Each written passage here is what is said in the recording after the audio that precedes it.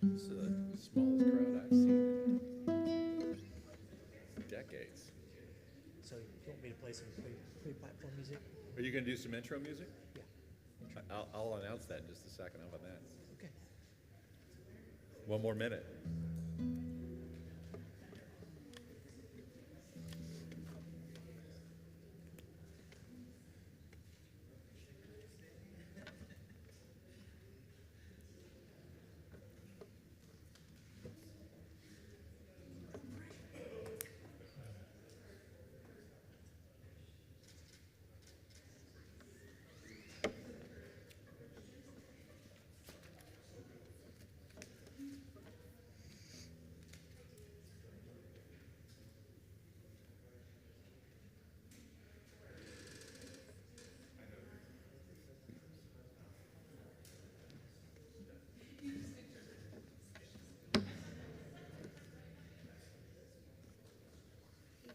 Well, good morning, everybody. Come on in and grab a seat if you haven't already done so. And Bradley's gonna give us about 5 minutes of intro music while he tunes up his guitar.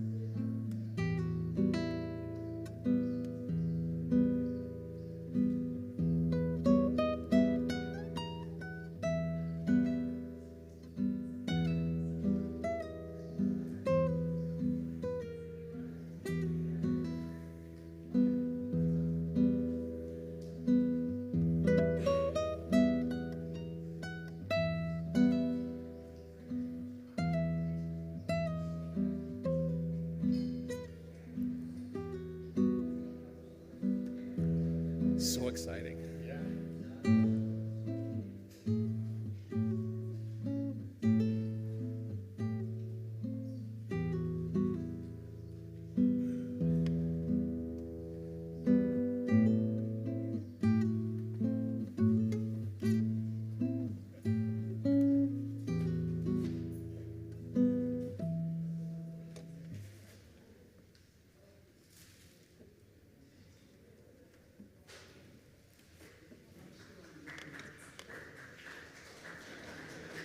That's it? You got 3 more minutes, man. You can fill.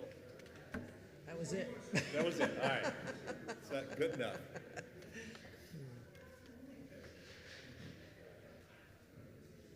Man, am I visually challenged today.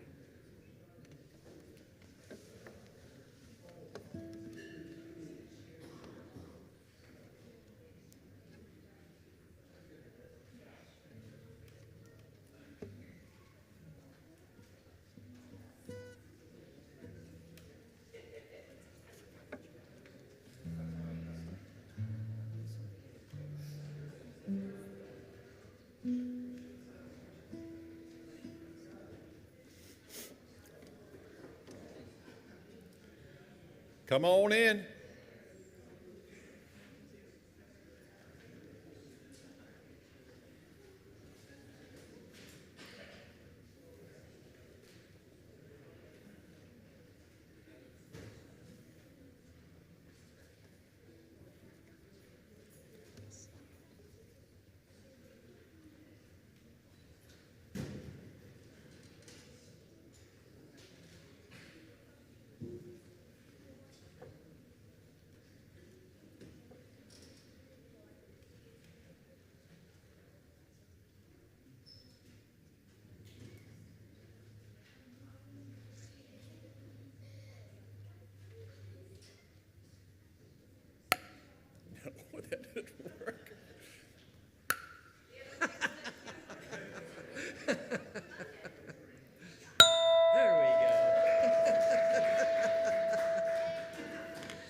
I can't tell you how long I've been waiting to do that. Well, good morning, everyone. My name is Joe Babka, and I strive to be an ethical human being every day, and I identify as he and him. And I am honored to welcome you to the Ethical Society of St. Louis. We are an ethical humanist community where people come together and explore big questions, live with intention, and work towards a more just and compassionate world. As we continue our Seeking Truth series grounded in reason, evidence, and lived experience, today's platform invites us to explore a provocative voice from ancient philosophy and reflect on what it means to live authentically and thoughtfully in the world. Okay, as we begin today, I invite you to take a moment to silence your devices. This is my cell phone. There are many like it, but this one is mine. I encourage you to reach into your purse or any other sacks, pull it out and put it on silence so we don't interrupt people that are speaking. Our music this morning is offered by Bradley Schutz, a member of the Ethical Society since 2017. Bradley began learning classical guitar just a few years ago in 2021, and he's been enjoying the challenge and beauty of the instrument ever since. Outside of music, he is an engineer, a nature photographer whenever possible, and a humorist when the moment calls for it. Bradley's first piece is a well-loved classic guitar piece with a warm, flowing melody that feels both tender and nostalgic. Please give a welcome to Bradley.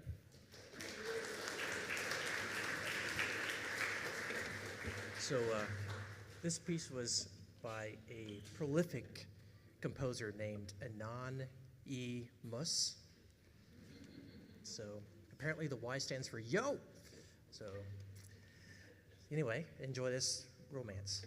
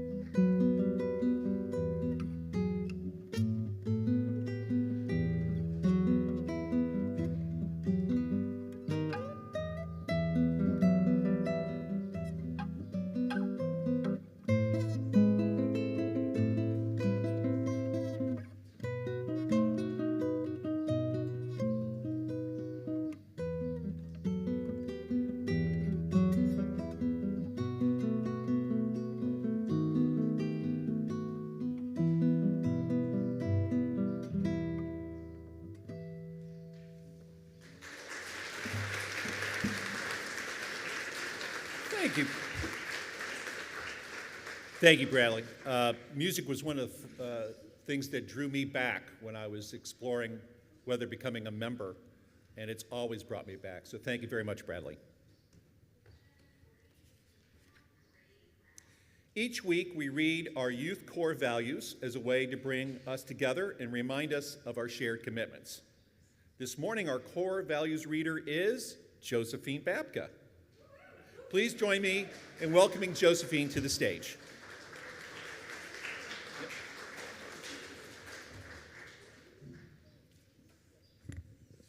Every person is important and unique. Every person deserves to be treated fairly and kindly. I can learn from everyone. I'm a part of this earth. I cherish it and all the life upon it. I learn from the world around me by using my senses, mind, and feelings.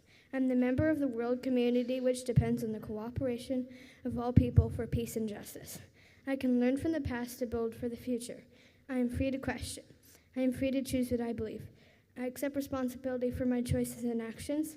I strive to live my values.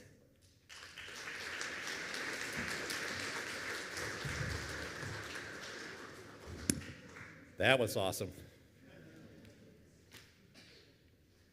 Thank you, Josephine.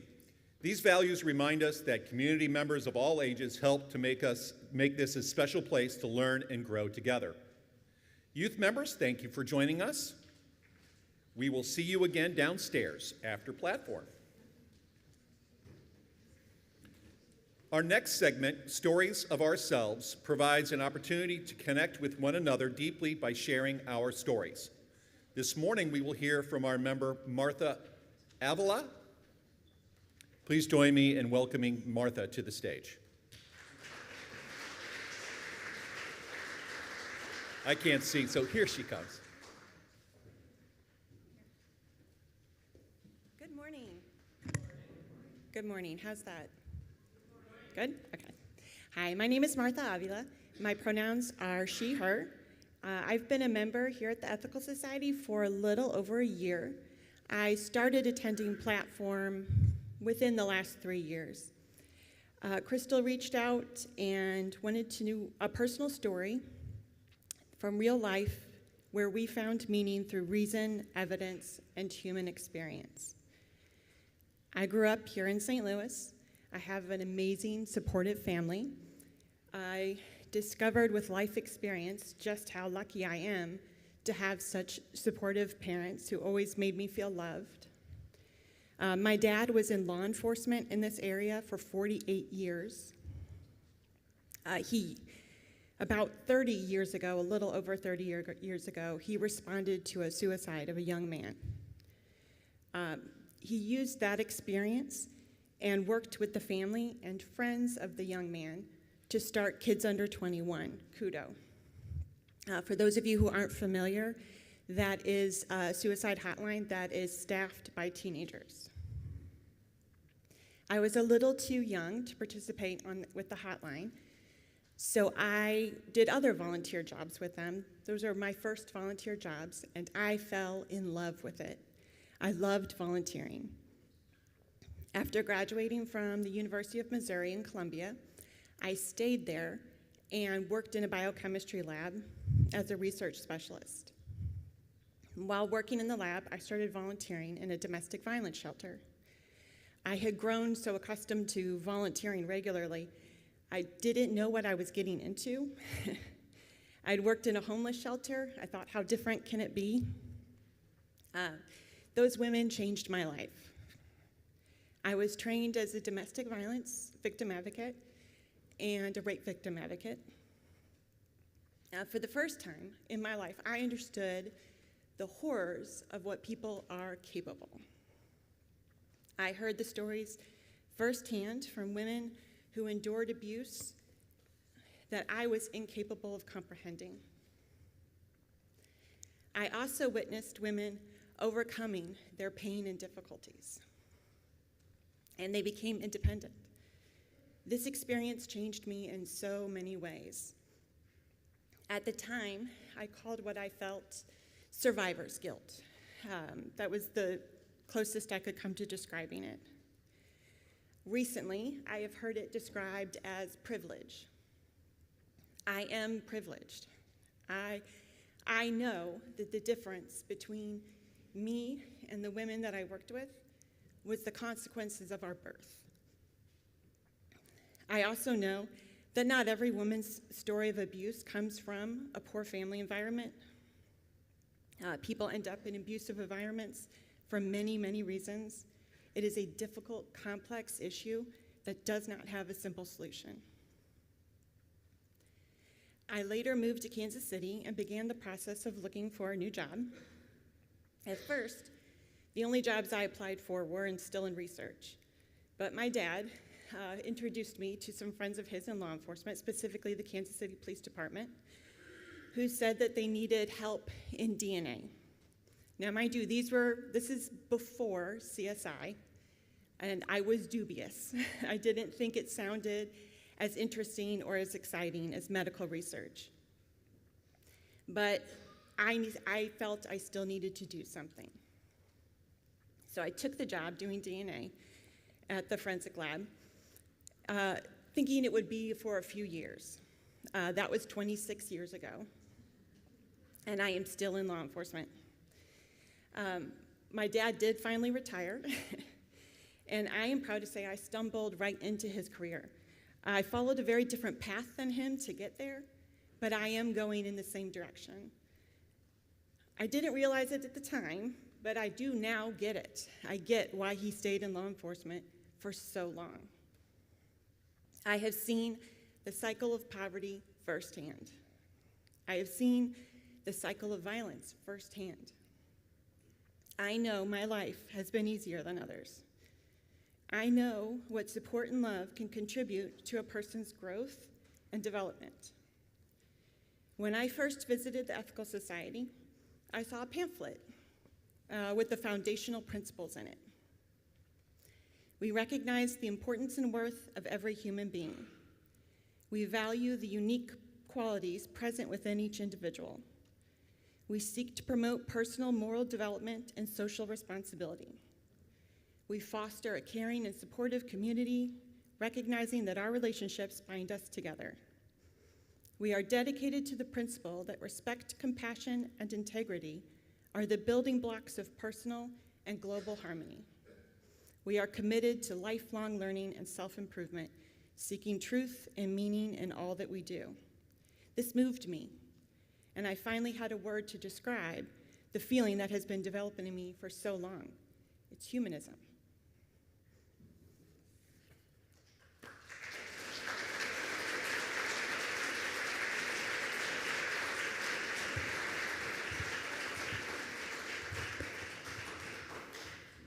Thank you, Martha. In another community I'm in, they would say, thank you for sharing.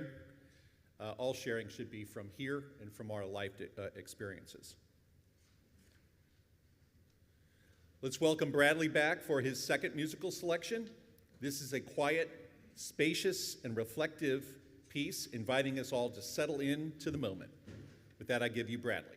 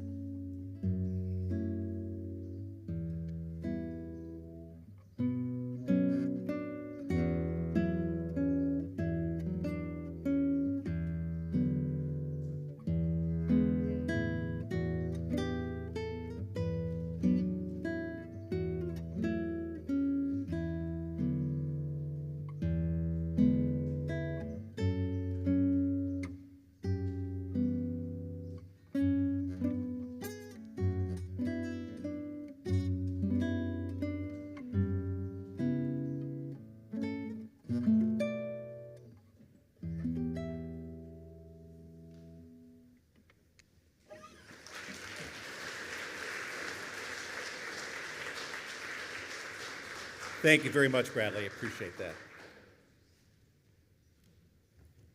Oh, wait a minute. We're going to go right past the mindful minute, which I didn't realize there was a ticking clock behind me when we start the mindful minute, because as Lance said, I always have my eyes closed. Before our main address, let's pause and reset our attention. Allow your body to release tension and your mind to set aside what can wait, as we share one silent minute to prepare ourselves to listen clearly and thoughtfully.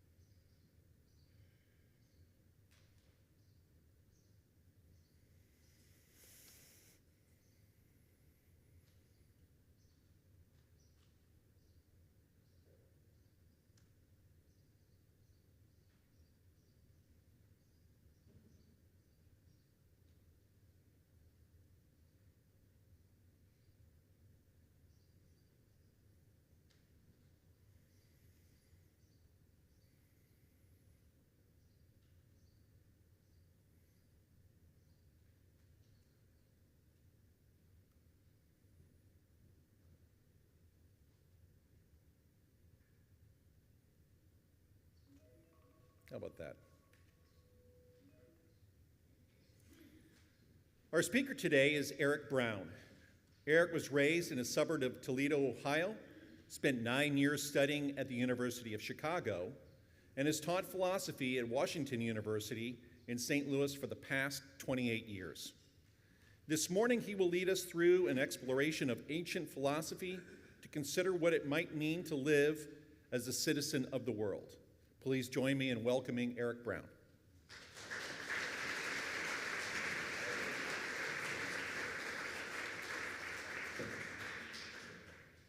Good morning. Can everyone hear me? Does everyone have a handout? There were handouts at the table. It's great if you have one or can share with your next door neighbor who has one, your seatmate. On one side of the handout is a representation of a painting about the character I want to introduce you to today. This man's name is Diogenes. The painting itself, if you look at the top left, on the monument behind the figure, is inscribed Jean-Léon Gérôme, and then the date 1860. So the artist has told you who he is and when he painted this. This particular painting is in the Walters Gallery in Baltimore, although when I went there in January to see it, it was in storage. We know that this figure is Diogenes. There were many people named Diogenes. The name just means Zeus born, so it's a kind of common name, an honorific sort of name. But this particular Diogenes came from a town in the southern coast of the Black Sea, and he came to Athens in the beginning of the 4th century, and then did many scandalous things and became quite famous for the scandalous things that he did. The painting represents Diogenes clearly by certain attributes.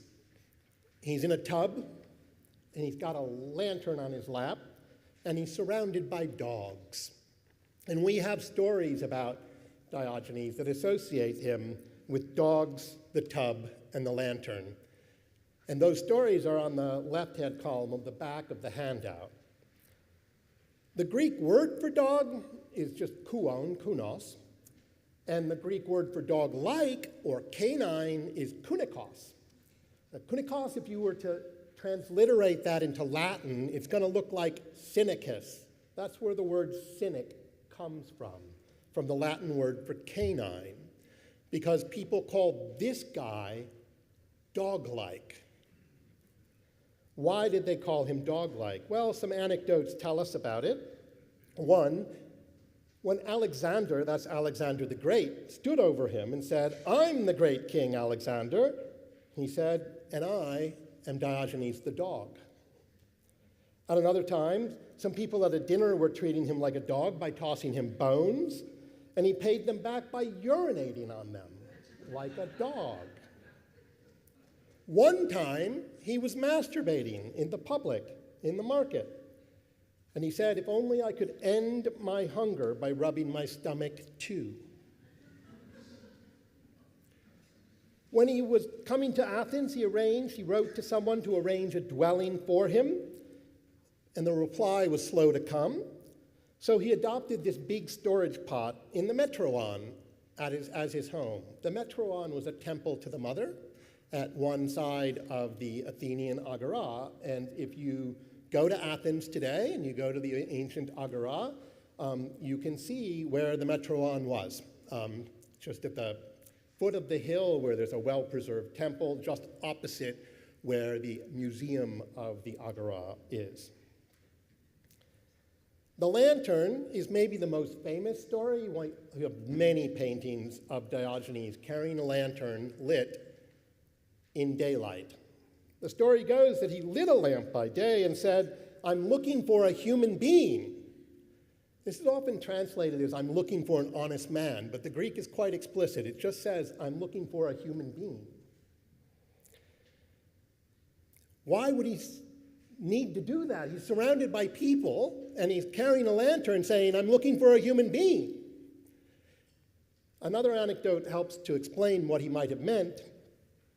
Once he cried out, hey, humans, and when some gathered, he brandished his staff or cane and said, I called for humans, not trash.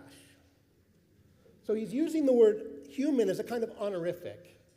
And he's thinking, he's challenging, he's provoking the people around him by suggesting that they're not living as authentic human beings, that there's something trashy about them, there's something short of living like authentic human beings. We actually know very little about this guy. We've just got anecdotes like the ones I told you. He wrote some books. We don't have any of them. The anecdotes were first told, no doubt, in his own lifetime. We know that the first biography of him was written in his own lifetime, in the 4th century. And we know that anecdotes about him were collected in his own lifetime as well. We don't have any of those early works either.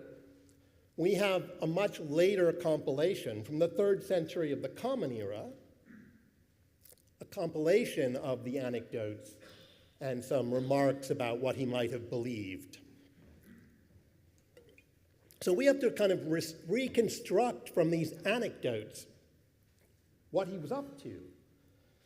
Why did people find him so striking? Why did they want to tell stories about him? Why did they pass the stories down and preserve them? Our source that I've mentioned is really just this. This is the Lives of the Eminent Philosophers of Greece, compiled by Diogenes Laertius in the 3rd century of the Common Era. This is a kind of lovely coffee table book version of that, if you're interested. And in book 6, it's mostly about Diogenes. He's a very important figure in the history of Greek philosophy, according to this 3rd century compiler. And if you go a couple centuries after that, you might remember in the 4th century, Constantine made Christianity the religion of the Roman Empire. After that, it was contested for a while. There was an emperor, Julian, who decided to make the official religion of the Roman Empire the old pagan religion again, and not Christianity. For that, Julian is usually called Julian the Apostate. But Julian gave some lectures, orations, that we have, in which he was praising the ancient ways as superior to the ways of the new Christians. And in these lectures, he often turns to Greek philosophy as the core of the ancient ways.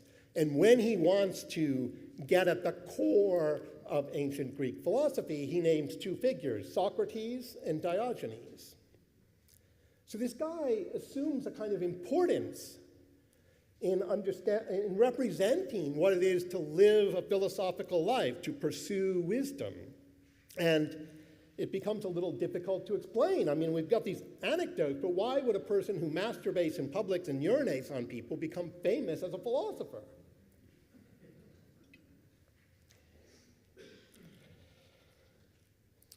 I think we have to think about him as part of a movement to see why he's important. The 4th century before the Common Era, the century in which Diogenes came to Athens, was filled with people who were inspired by Socrates. Socrates is the character of the 5th century, the preceding century, and he had been executed in 399 at the start of the 4th century. Before Socrates, there were lots of Greek figures who earned a reputation for being wise. They would write poems or treatises or compose fancy speeches in which they would try to explain to you the way the world works. They would try to lay bare the principles of nature, the principles that make what can seem to be a chaotic world into a beautiful, ordered place. The Greek word cosmos means beautiful order. These were wise people who talked about nature, but some of them also talked about how to live. And they gave advice about how to seek happiness or political power and influence. Socrates gains a reputation for wisdom as well, but at least as Plato tells it, he was quite different from the rest. He was different because he didn't pretend to actually be wise. He claimed not to be wise, but just to want to be wise. And that wanting to be wise characterizes him as a philosophos, a lover of wisdom, a lover of something he does not have. Before Socrates' time, in the 5th century and earlier, there are very few references to this word in Greek literature, philosophos, and when it occurs, it usually just means curious, a lover of learning. But in the 4th century, right after Socrates' time, there's a ton of references to this word, a ton of discussions of it. And moreover, these discussions say being a philosophos is something you should want to be. So Socrates seemed to have introduced this new way of being in the 5th century. And on his death, he had many friends who took up that challenge, who tried to live in a Socratic way as a philosopher. They wrote dialogues featuring Socrates as a character to try to lay out this picture. His followers, interestingly, had very different views about exactly how to live like Socrates and exactly how to be a philosopher. And each of them had a view that they characterized or was characterized as a hieresis. That's the Greek word. It literally means choosing, but it's usually translated as school or sect. The idea is each of these followers said, I have my own way of choosing how to live like Socrates, like a philosopher, and you should come with me and be in my school, my sect, my hieresis. That Greek word hieresis would many centuries later be used in ways that we now translate as heresy, if you can see that. So there are many, many Socratic followers. The most famous Socratic follower, of course, is Plato, who founded the Academy and wrote dialogues that all survive. But in the 4th century, it seems that Diogenes was a close second rival to Plato. Many of the stories represent Plato and Diogenes as rivals, and according to one, in fact, Plato calls Diogenes Socrates gone mad. And now the question is, how can we think of Diogenes, the man who masturbates in public, urinates on people, lives in a tub, carries a lantern, calling people trash, seeking an authentic human being? How can that man be seen as a follower of Socrates, as a follower of living a philosophical life? And the answer, I think, lies in a distinction that some of the stories attribute to him, a distinction between nature and convention, where it looks like what he wants to do is challenge conventional values and conventional norms and seek instead to live in accordance with human nature. So he's using the same kinds of challenging methods that Socrates used when Socrates would ask people, hey, I see that you're prosecuting your father for an impious crime. If you're doing something like that, you must have a good reason, so you must know what piety is. Can you tell me what piety is? And then when the person he's talking with, in this case Euthyphro, proves unable to answer these questions, unable to say what piety is, Socrates would say, well, it looks like we don't know what piety is, but it looks like it would be something that would be valuable for us to learn. We should continue to inquire together. We should think hard and try to answer these questions until we can answer them consistently in a way that survives examination. That's sort of the Socratic approach, especially as Plato presents it. And what we have in Diogenes is a more stripped-down provocation to thought. Instead of a long conversation, asking for people to give their reasons, and then challenging those reasons to see whether those reasons are consistent or not, we have Diogenes instead just provocatively challenging basic conventional norms and values. In the hope that, I take it, some people in the audience will ask themselves, why do we think that masturbating in public is wrong? We don't think that coughing in public is wrong or sneezing in public is wrong. Why do we think that masturbating in public is wrong? And that's the start of the inquiry. It's not the end of the inquiry. We need not think that Diogenes was asking us all to masturbate in public. He's asking us to rethink our values and our commitments. He's very important for the way in which he did that because of the influence he had. One primary influence he had was on a character called Zeno of Citium. Citium, that's the Latin title of the town. It's Kition in Greek. He comes from a Phoenician community. Zeno was almost certainly a native Phoenician speaker, not a native Greek speaker. Phoenician would be a Semitic language. That's the language that gives the alphabet to both Hebrew and Greek. But Zeno came to Athens in the 4th century and fell in with a follower of Diogenes, and then later started his own choosing of a life and sharing his own choosing of a life with other people. And he chose to project his views about how to live at a place in the Agora, the marketplace in Athens, called the Stoa Poikile, the painted portico. It was a long set of columns, and the wall at the back of the columns had a famous painting of war scenes. And he would hang out on the steps of that portico and give his tale about how to live.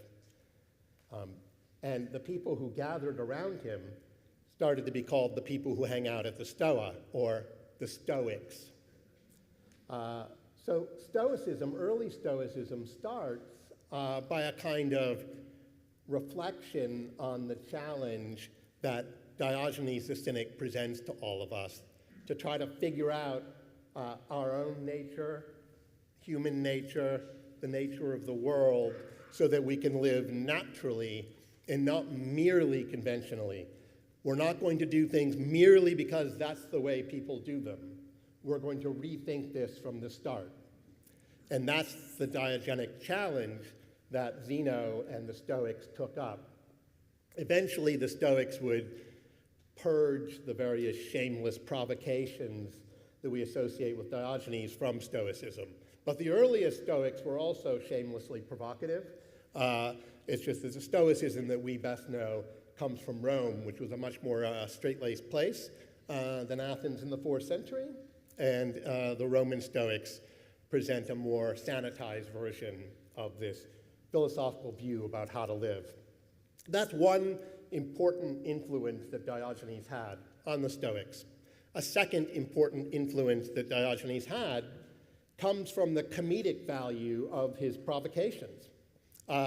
People thought he was funny. I mean, not the people being urinated on, obviously, but other people thought he was funny. And he seems to have had a very big influence on the development of the genre we call satire. Many of the earliest satirists were themselves cynics. And you can still see this today in that a lot of comedy is about poking fun at or challenging conventional norms. And that comes from Diogenes. So I thought he might be an interesting character to think about in connection with your theme of reason, evidence, and experience. Our evidence about him does not give us much detail about how he gathered evidence or drew on experience to reason out how best to live. But it's pretty clear that he was reasoning out how to live and thinking about choosing very intentionally a certain way of living that would be in pursuit of wisdom, that would not be just like what other people do just because they do it. He thought we needed better evidence than that, we needed better reasons for that, and that's always a useful challenge. I try to bring it out in my classroom regularly, try to remind myself of it regularly, and I thought maybe you would enjoy getting a chance to meet this character, Diogenes the Cynic. Thank you for your attention.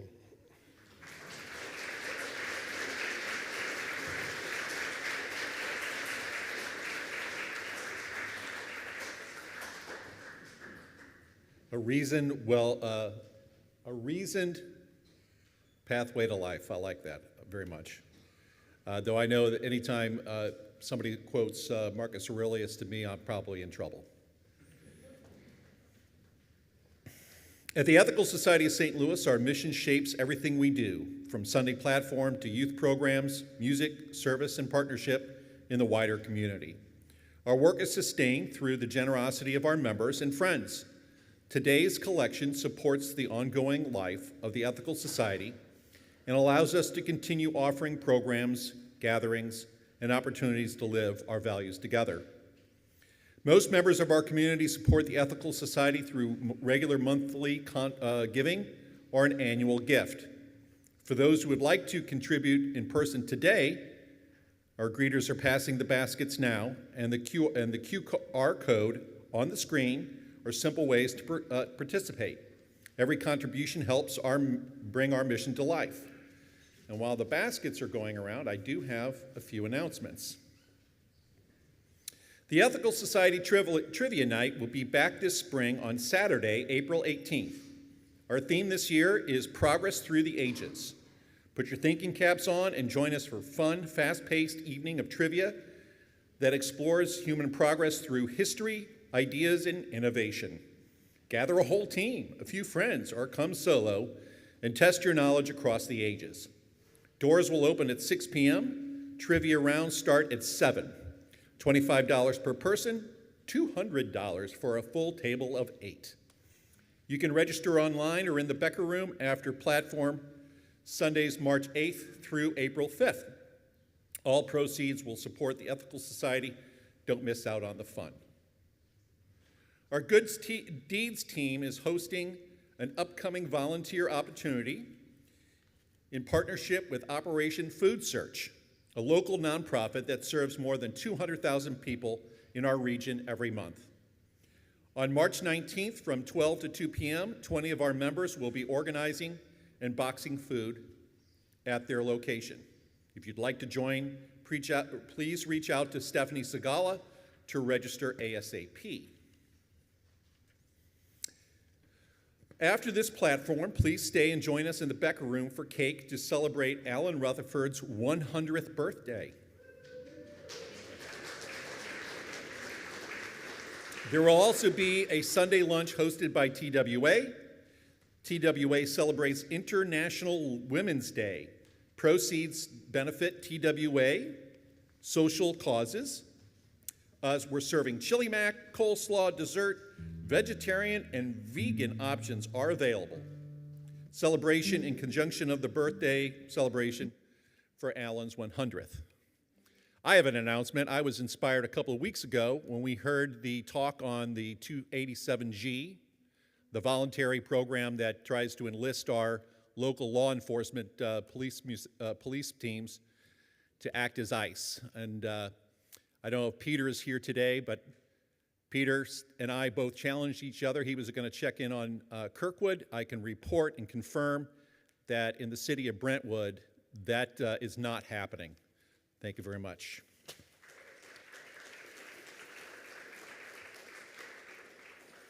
Please welcome Bradley back for his final musical selection. Originally written for the lute, this piece carries Bach's beautiful sense of structure and movement, building gently as the melody unfolds.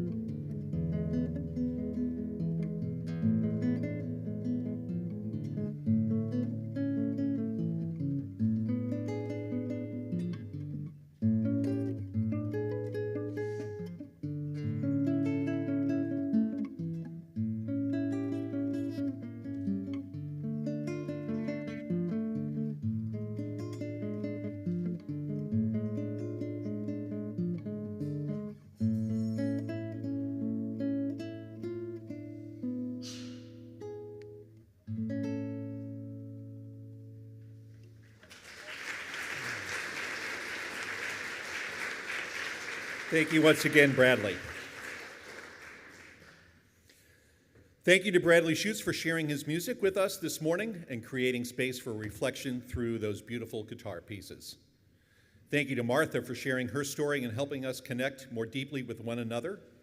And thank you to Eric Brown for guiding us through some thought-provoking ideas from ancient philosophy and inviting us to reflect on what it means to live thoughtfully and honestly in the world.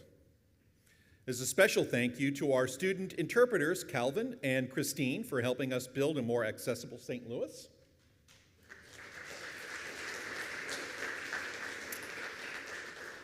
After platform today, join us downstairs for Chili Mac Luncheon hosted by the Tuesdays Women's Association to support local organizations protecting women and children. Lunch is $8. Visitors and children under 10 eat for free. We're also celebrating member Alan Rutherford's 100th birthday today. Happy birthday, Alan. Everyone is invited to join us for cake downstairs, provided by the caring team. As you head into the week ahead, may you stay curious, love yourself and others, and do good. Thank you for being here this morning. We look forward to seeing you again next week.